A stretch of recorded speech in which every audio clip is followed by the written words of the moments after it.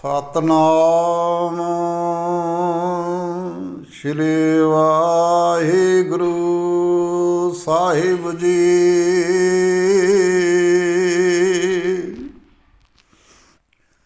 ਸੁਣੀ ਅਰਦਾਸ ਸੁਆਮੀ ਮੇਰਾ, ਸਰਬ ਕਲਾ ਬਣ ਆਈ।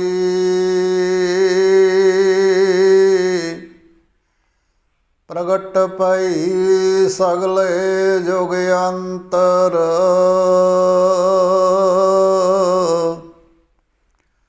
ਗੁਰੂ ਨਾਨਕ ਕੀ ਵਡਿਆਈ।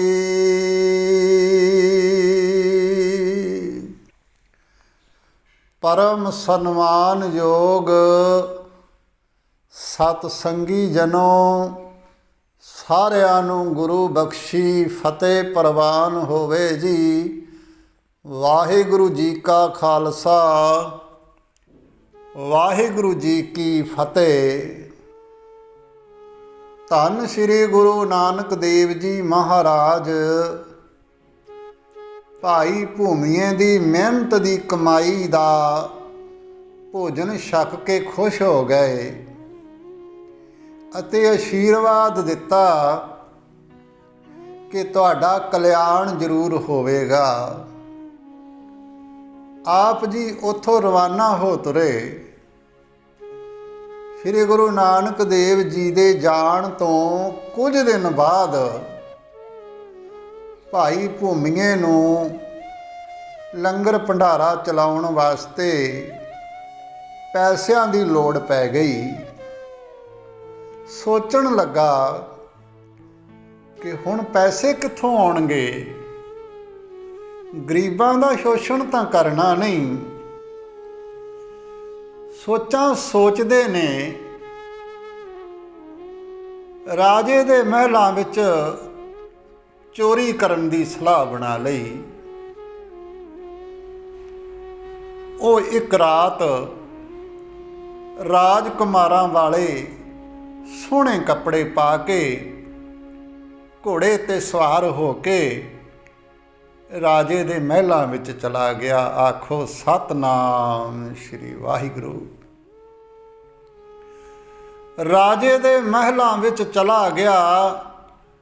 ਉੱਥੇ ਉਸ ਨੂੰ ਚੌਕੀਦਾਰ ਨੇ ਲਲਕਾਰਿਆ। ਕਹਿੰਦਾ ਬਈ ਕੌਣ ਹੈ ਤੂੰ?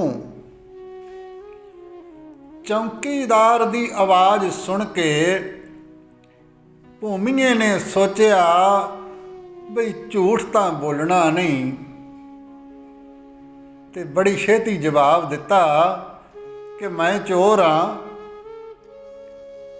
ਉਸ ਦਾ ਉਲਟਾ ਜਵਾਬ ਸੁਣ ਕੇ ਚੌਕੀਦਾਰ ਡਰ ਗਿਆ।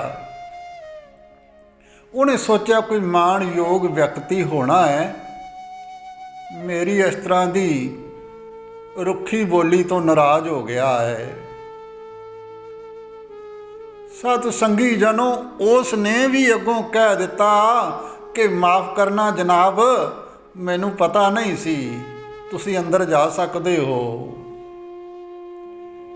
ਭਾਈ ਭੂਮੀਆ ਜੀ ਨੇ ਮਹਿਲ ਦੇ ਅੰਦਰ ਜਾ ਕੇ ਖਜ਼ਾਨੇ ਤੇ ਭੰਡਾਰੇ ਦਾ ਜਿੰਦਰਾ ਤੋੜ ਕੇ ਗਹਿਣਿਆਂ ਦੀ ਭਾਰੀ ਗਠੜੀ ਬੰਨ੍ਹੀ ਤੇ ਤੁਰਨ ਹੀ ਲੱਗਾ ਸੀ।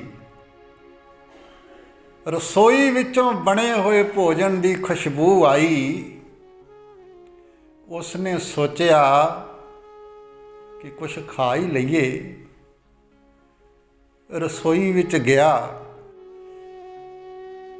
ਕੜਾਹੀ ਵਿੱਚ ਬਣੀ ਚੀਜ਼ ਨਮਕ ਵਾਲੀ ਸੀ, ਜੋ ਉਸਨੇ ਖਾ ਲਈ। ਸਤ ਸੰਗੀ ਜਨੋ, ਖਾਂਦਿਆਂ ਸਾਰ ਹੀ ਉਸ ਨੂੰ ਸ਼੍ਰੀ ਗੁਰੂ ਨਾਨਕ ਦੇਵ ਜੀ ਮਹਾਰਾਜ ਜੀ ਦੇ ਵਚਨ ਯਾਦ ਆ ਗਏ ਕਿ ਲੂਣ ਹਰਾਮੀ ਨਹੀਂ ਬਣਨਾ। ਬਸ ਫਿਰ ਕੀ ਸੀ, ਸਾਰੇ ਗਹਿਣੇ ਗੱਟੇ ਛੱਡ ਕੇ ਘਰ ਨੂੰ ਚਲਾ ਗਿਆ। ਸਵੇਰ ਨੂੰ ਜਦੋਂ ਰਾਜਕੁਮਾਰੀਆਂ ਨੇ ਰਾਜੇ ਨੂੰ ਦੱਸਿਆ ਤਾਂ ਰਾਜੇ ਨੇ ਜਾਂਚ ਪੜਤਾਲ ਕਰਵਾਈ। ਜਾਂਚ ਪੜਤਾਲ ਕਰਵਾਈ ਤਾਂ ਉੱਥੇ ਕੁਝ ਵੀ ਚੋਰੀ ਨਹੀਂ ਹੋਇਆ ਸੀ। ਰਾਜਾ ਹੈਰਾਨ ਹੋ ਗਿਆ ਕਿ ਐਸਾ ਬੰਦਾ ਕੌਣ ਹੋ ਸਕਦਾ ਹੈ ਜਿਸ ਦੀ ਐਨੀ ਹਿੰਮਤ ਕਿ ਉਹ ਮੇਰੇ ਮਹਿਲਾਂ ਦੇ ਵਿੱਚ ਚੋਰੀ ਕਰਨ ਆ ਗਿਆ ਤੇ ਕੁਝ ਲੈ ਕੇ ਵੀ ਨਹੀਂ ਗਿਆ। ਰਾਜੇ ਨੇ ਹੁਕਮ ਦੇ ਦਿੱਤਾ ਕਿ ਪਤਾ ਕਰੋ ਉਹ ਕੌਣ ਹੈ। ਰਾਜੇ ਦੇ ਸਿਪਾਹੀਆਂ ਨੇ ਸ਼ੱਕ ਦੇ ਆਧਾਰ ਤੇ ਕਈ ਨਿਰਦੋਸ਼ ਬੰਦਿਆਂ ਨੂੰ ਫੜ ਫੜ ਕੇ ਕੁੱਟਣਾ ਸ਼ੁਰੂ ਕਰ ਦਿੱਤਾ। ਇਸ ਗੱਲ ਦੀ ਜਾਣਕਾਰੀ ਭਾਈ ਭੂਮੀਏ ਨੂੰ ਮਿਲੀ ਤਾਂ ਉਸ ਦੇ ਕੋਲੋਂ ਰਿਹਾ ਨਾ ਗਿਆ। ਉਸਨੇ ਸੋਚਿਆ ਕਿ ਗੁਰੂ ਸਾਹਿਬ ਨੂੰ ਵਚਨ ਦਿੱਤਾ ਹੈ ਕਿ ਗਰੀਬਾਂ ਦਾ ਸ਼ੋਸ਼ਣ ਨਹੀਂ ਹੋਣ ਦੇਣਾ। ਮੇਰੀ ਜਗ੍ਹਾ ਕੋਈ ਬੇਗੁਨਾਹ ਬੇਕਸੂਰ ਗਰੀਬ ਕਿਉਂ ਕੁੱਟਿਆ ਜਾਵੇ। ਇਹ ਬੇਇਨਸਾਫੀ ਸਹਿਣ ਨਹੀਂ ਹੋਵੇਗੀ। ਇਸ ਲਈ ਮੈਨੂੰ ਆਪਣਾ ਦੋਸ਼ ਕਬੂਲਣ ਲਈ ਰਾਜੇ ਦੇ ਪੇਸ਼ ਹੋਣਾ ਚਾਹੀਦਾ ਹੈ। ਸਤ ਸੰਗੀ ਜਨੋ, ਅਗਲੇ ਦਿਨ ਉਹਨੇ ਉਸੇ ਤਰ੍ਹਾਂ ਹੀ ਕੀਤਾ। ਰਾਜੇ ਦੇ ਪੇਸ਼ ਹੋ ਗਿਆ। ਸਤ ਸੰਗੀ ਜਨੋ, ਭੂਮੀਆਂ ਆਪਣੀ ਰਾਤ ਵਾਲੀ ਸਾਰੀ ਗੱਲ ਰਾਜੇ ਨੂੰ ਦੱਸੇ, ਪਰ ਰਾਜਾ ਸੱਚ ਨਾ ਮੰਨੇ। ਆਖੋ ਸਤਨਾਮ ਸ਼੍ਰੀ ਵਾਹਿਗੁਰੂ। ਰਾਜਾ ਸਮਝਦਾ ਸੀ ਕਿ ਭੂਮੀਆਂ ਚੋਰ ਨਹੀਂ ਹੋ ਸਕਦਾ, ਕਿਉਂਕਿ ਉਹ ਤਾਂ ਦੀਨ ਦੁਖੀਆਂ ਗਰੀਬਾਂ ਦੀ ਸੇਵਾ ਕਰਦਾ ਰਹਿੰਦਾ ਹੈ। ਉਹ ਤਾਂ ਦਇਆਵਾਨ ਹੈ। ਭਾਈ ਭੂਮੀਏ ਨੇ ਸਚਾਈ ਪੇਸ਼ ਕਰਨ ਵਾਸਤੇ ਉਹ ਚੌਕੀਦਾਰ ਗਵਾਹ ਬਣਾ ਲਿਆ।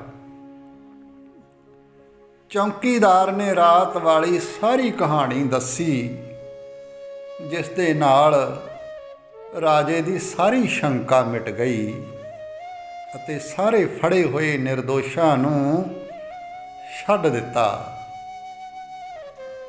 ਪਰ ਹੁਣ ਰਾਜਾ ਵੀ ਭਾਈ ਭੂਮੀਏ ਦੇ ਜੀਵਨ ਤੋਂ ਇੰਨਾ ਪ੍ਰਭਾਵਿਤ ਹੋਇਆ ਕਿ ਉਸਨੇ ਸ੍ਰੀ ਗੁਰੂ ਨਾਨਕ ਦੇਵ ਜੀ ਦੇ ਉਪਦੇਸ਼ਾਂ ਦੇ ਪ੍ਰਚਾਰ ਵਾਸਤੇ ਇੱਕ ਧਰਮਸ਼ਾਲਾ ਬਣਵਾ ਦਿੱਤੀ,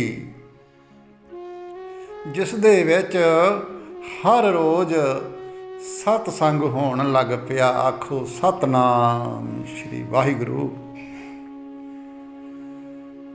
ਰਾਜਾ ਸ੍ਰੀ ਗੁਰੂ ਨਾਨਕ ਦੇਵ ਜੀ ਦਾ ਪਰਮ ਪਿਆਰਾ ਭਗਤ ਬਣ ਗਿਆ। ਸਤ ਸੰਗੀ ਜਨੋ, ਉਸ ਰਾਜੇ ਦੇ ਕੋਈ ਔਲਾਦ ਨਹੀਂ ਸੀ।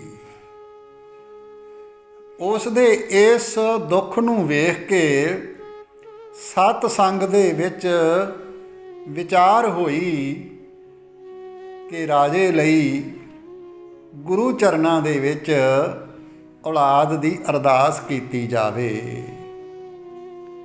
ਸਾਰੀ ਸੰਗਤ ਨੇ ਰਲ ਕੇ ਇੱਕ ਦਿਨ ਪਰਮਾਤਮਾ ਦੇ ਚਰਨਾਂ ਦੇ ਵਿੱਚ ਅਰਦਾਸ ਕੀਤੀ ਕਿ ਹੇ ਭਗਵਾਨ, ਹੇ ਵਾਹਿਗੁਰੂ, ਸਾਡੇ ਰਾਜੇ ਦੇ ਕੋਈ ਔਲਾਦ ਨਹੀਂ ਹੈਗੀ, ਇਸ ਨੂੰ ਪੁੱਤਰ ਦੀ ਦਾਤ ਬਖਸ਼ੋ।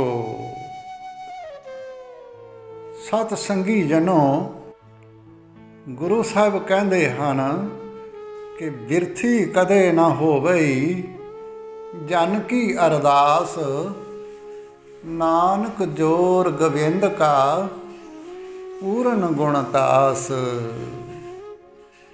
ਅਰਦਾਸ ਰੱਬ ਦੇ ਘਰ ਮਨਜ਼ੂਰ ਹੋ ਗਈ, ਪਰ ਲੜਕੇ ਦੀ ਥਾਂ ਲੜਕੀ ਪੈਦਾ ਹੋਈ।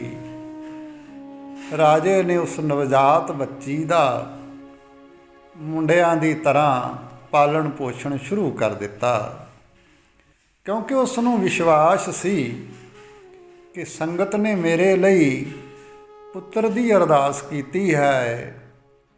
ये मेरे ਲਈ मेरा पुत्र ही है, पुत्री नहीं। ਸਮਾਂ ਬਤੀਤ ਹੋਣ ਲੱਗਾ। ਜਵਾਨ ਹੋਣ ਤੇ ਉਸ ਦਾ ਰਿਸ਼ਤਾ ਇੱਕ ਲੜਕੀ ਦੇ ਨਾਲ ਤੈਅ ਕਰ ਦਿੱਤਾ। ਹੁਣ ਵਿਆਹ ਦਾ ਦਿਨ ਆ ਗਿਆ।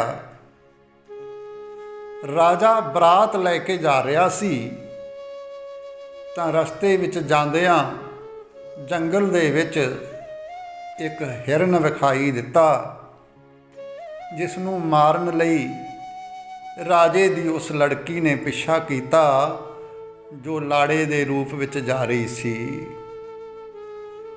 ਨਾਲ ਦੇ ਬਰਾਤੀਆਂ ਤੋਂ ਕਾਫੀ ਦੂਰ ਨਿਕਲ ਚੁੱਕੀ ਸੀ। ਜੰਗਲ ਦੇ ਵਿੱਚ ਭਟਕਦੇ ਫਿਰਦਿਆਂ ਕੁਝ ਸਾਧੂ ਭਜਨ ਕਰਦੇ ਨਜ਼ਰੀ ਪਏ। ਉਹ ਰਸਤਾ ਪੁੱਛਣ ਵਾਸਤੇ ਉਧਰ ਚਲੀ ਗਈ। ਜਾ ਕੇ ਸਿਰ ਝੁਕਾ ਕੇ ਪ੍ਰਣਾਮ ਕੀਤਾ, ਮੱਥਾ ਟੇਕਿਆ ਤਾਂ ਉਹ ਸਾਧੂ ਕਹਿੰਦੇ, ਆਓ ਪੁੱਤਰ। ਬਸ ਫਿਰ ਕੀ ਸੀ, ਸਤ ਸੰਗੀ ਜਨੋ ਸਾਧੂ ਬੋਲੇ ਸਹਿਜ ਸੁਭਾਏ, ਸਾਧਕਾ ਬੋਲਿਆ ਬਿਰਥਾ ਨਾ ਜਾਏ। ਉਸ ਲੜਕੀ ਦਾ ਕਾਇਆ ਕਲਪ ਹੋ ਗਿਆ, ਲੜਕੀ ਤੋਂ ਲੜਕਾ ਬਣ ਗਿਆ। ਆਖੋ ਸਤਨਾਮ ਸ਼੍ਰੀ ਵਾਹਿਗੁਰੂ। ਉਹ ਆਪਣੇ ਬਰਾਤੀ ਸਾਥੀਆਂ ਦੇ ਨਾਲ ਜਾ ਰਲਿਆ। ਜਦੋਂ ਲੜਕੀ ਵਾਲਿਆਂ ਦੇ ਘਰ ਬਰਾਤ ਦਾ ਸਵਾਗਤ ਹੋ ਰਿਹਾ ਸੀ ਤਾਂ ਕਿਸੇ ਚੁਗਲੀਖੋਰ ਨੇ ਚੁਗਲੀ ਜਾ ਕੀਤੀ ਕਿ ਇਹ ਜੋ ਵਿਆਹੁਣ ਆਇਆ ਹੈ ਇਹ ਲੜਕਾ ਨਹੀਂ, ਲੜਕੀ ਹੈ। ਲੜਕੀ ਵਾਲਿਆਂ ਨੂੰ ਚਿੰਤਾ ਬਣ ਗਈ।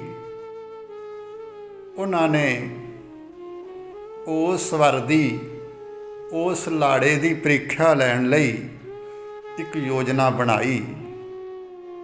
ਕਹਿੰਦੇ ਜੀ ਸਾਡੇ ਰਿਵਾਜ ਆ, ਫੇਰੇ ਹੋਣ ਤੋਂ ਪਹਿਲਾਂ ਲਾੜੇ ਨੂੰ ਇਸ਼ਨਾਨ ਕਰਾਉਂਦੇ ਆ। ਸਾਰੇ ਆਖਣ ਲੱਗੇ ਠੀਕ ਹੈ ਜੀ, ਕਰਾਓ ਇਸ਼ਨਾਨ। ਸਤ ਸੰਗੀ ਜਨੋ ਲਾੜੇ ਨੂੰ ਇਸ਼ਨਾਨ ਕਰਾਇਆ ਗਿਆ ਤਾਂ ਉੱਥੇ ਸਾਧੂਆਂ ਦੇ ਆਸ਼ੀਰਵਾਦ ਸਦਕਾ ਕਾਇਆ ਕਲਪ ਹੋ ਚੁੱਕਾ ਸੀ, ਲੜਕੀ ਤੋਂ ਲੜਕਾ ਬਣ ਚੁੱਕਾ ਸੀ। ਆਖੋ ਸਤਨਾਮ ਸ਼੍ਰੀ ਵਾਹਿਗੁਰੂ। ਸਤ ਸੰਗੀ ਜਨੋ ਕੁਝ ਨਾਸਤਿਕ ਲੋਕ ਕਹਿੰਦੇ ਹੋਣਗੇ ਕਿ ਲੜਕੀ ਤੋਂ ਲੜਕਾ ਕਿਵੇਂ ਬਣ ਗਿਆ, ਇਹ ਨਹੀਂ ਹੋ ਸਕਦਾ। ਪਰ ਪੁੱਛੋ ਸ਼੍ਰੀ ਗੁਰੂ ਗ੍ਰੰਥ ਸਾਹਿਬ ਜੀ ਤੋਂ 1252 ਅੰਗ ਤੇ ਭਗਤ ਕਬੀਰ ਜੀ ਦੀ ਬਾਣੀ। ਉਹ ਕਹਿੰਦੇ, ਰਾਜਾ ਸ਼ਰਮ ਮਿਤ ਨਹੀਂ ਜਾਣੀ ਤੇਰੀ, ਤੇਰੇ ਸੰਤਨ ਕੀ ਹੋ ਚੇਰੀ। ਰਹਾਓ ਹਸਤੋ ਜਾਏ ਸੋ ਰੋਵਤ ਆਵੈ, ਰੋਵਤ ਜਾਏ ਸੋ ਹਸੈ। ਬਸਤੋ ਹੋਏ ਹੋਏ ਸੋ ਉਜਰ, ਉਜਰ ਹੋਏ ਸੋ ਬਸੈ। ਜਲ ਤੇ ਥਲ ਕਰ, ਥਲ ਤੇ ਕੂਆ, ਕੂਪ ਤੇ ਮੇਰ ਕਰਾਵੈ। ਧਰਤੀ ਤੇ ਆਕਾਸ਼ ਚੜਾਵੈ, ਚੜੇ ਆਕਾਸ਼ ਗਿਰਾਵੈ। ਭਿਖਾਰੀ ਤੇ ਰਾਜ ਕਰਾਵੈ, ਰਾਜਾ ਤੇ ਭਿਖਾਰੀ। ਖਲ ਮੂਰਖ ਤੇ ਪੰਡਤ ਕਰਬੋ, ਪੰਡਤ ਤੇ ਮੁਗਧਾਰੀ।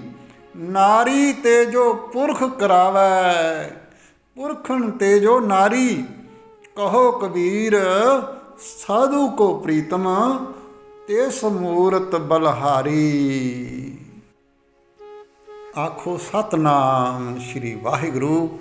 ਹੋਈਆਂ ਭੁੱਲਾਂ ਦੀ ਮਾਫੀ। ਜੇ ਸਾਖੀ ਚੰਗੀ ਲੱਗੀ ਤਾਂ ਅੱਗੇ ਸ਼ੇਅਰ ਕਰ ਦਿਓ, ਤੇ ਜੇ ਚੈਨਲ ਸਬਸਕ੍ਰਾਈਬ ਨਹੀਂ ਕੀਤਾ ਤਾਂ ਹੁਣ ਕਰ ਲਓ ਜੀ। ਨਾਲ ਹੀ ਘੰਟੀ ਵਾਲਾ ਬਟਨ ਦਬਾ ਦਿਓ ਤਾਂ ਜੋ ਹਰ ਵੀਡੀਓ ਦਾ ਨੋਟੀਫਿਕੇਸ਼ਨ ਪਹਿਲਾਂ ਤੁਹਾਡੇ ਕੋਲ ਪਹੁੰਚੇ। ਵਾਹਿਗੁਰੂ ਜੀ ਕਾ ਖਾਲਸਾ, ਵਾਹਿਗੁਰੂ ਜੀ ਕੀ ਫਤਿਹ।